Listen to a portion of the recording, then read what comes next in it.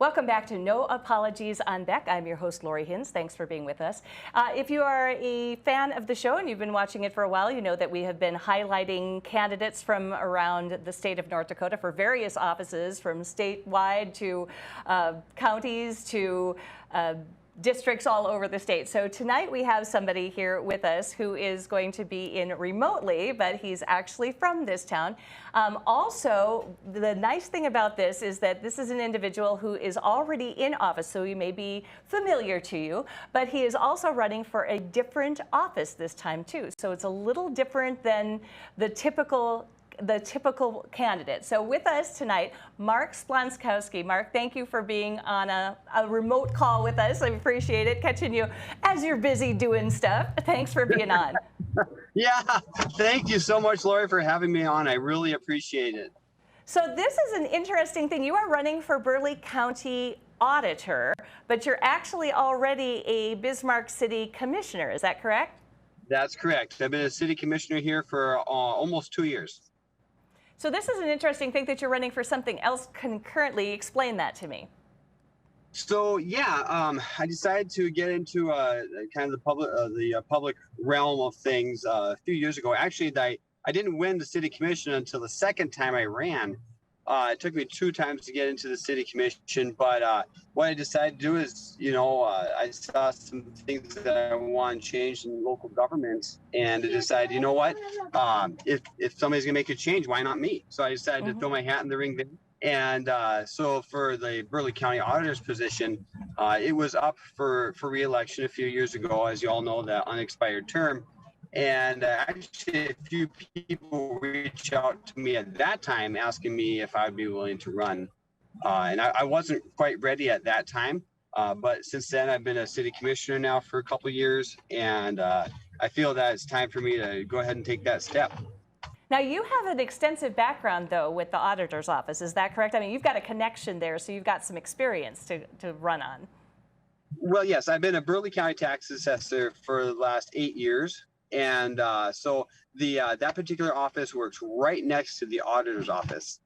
So I'm very comfortable with their office. Granted, I've never been the auditor, so I don't know every single thing he does, but sure. I'm very familiar with the way it functions, the way they run, the people who work there. And so it would be a very comfortable transition for both myself and for the staff of the auditor's office. So we've heard a little bit about your background a little bit and what you could bring. And what do you think that you could actually bring to the auditor's office? So what I'd be able to bring to the auditor's office is similar to the same thing that I brought to the city commission. A voice for the public, a very passionate desire to fulfill the desires of the public, as well as in this particular position for the auditor's office to very much implement what state law requires for many of the functions of the auditor's position. So that would be whether it's taking in the property taxes, which is one of the main functions, as well as the elections, running the elections. Well, it is always, it's always a good thing when you've got somebody doing things for the elections that has integrity too. So I'm assuming that you have you have that going for you too. Well, I hope so. I hope that people would describe me as a person of integrity. Right, right. So would you be able to actually do, if you were elected county auditor, would you be able to maintain that position on the city commission? Everybody's thinking, well, wait a minute, can he do 2 things at the same time?